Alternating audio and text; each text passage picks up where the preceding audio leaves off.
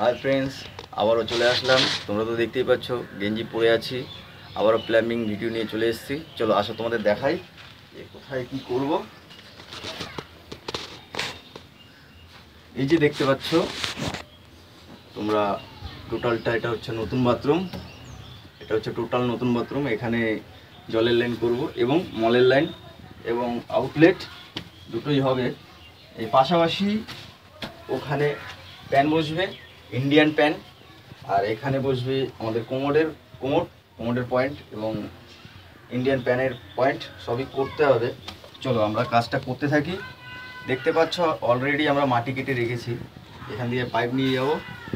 তোমরা কাজটা দেখতে থাকো।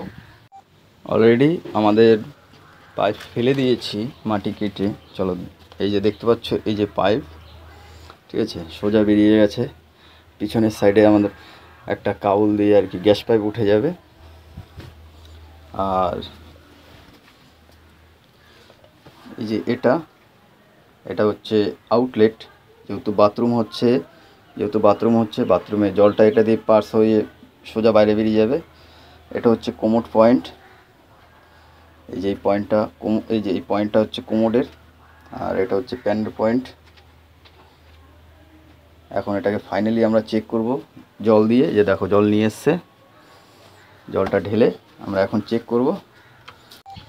আমাদের এই যে এখানে জল দিয়েছি, জল পড়ছে, দেখতে পাচ্ছ জলটা। এই যে তো আমাদের এই যে পাইপ, আমরা মাটি চাপা দিয়ে দিচ্ছি, ঠিক আছে। সব আমরা বের করে রেখেছি, শুধু সাইফোনটা জাম করবো, প্যানটা বসাবো। তো দেখে নাও।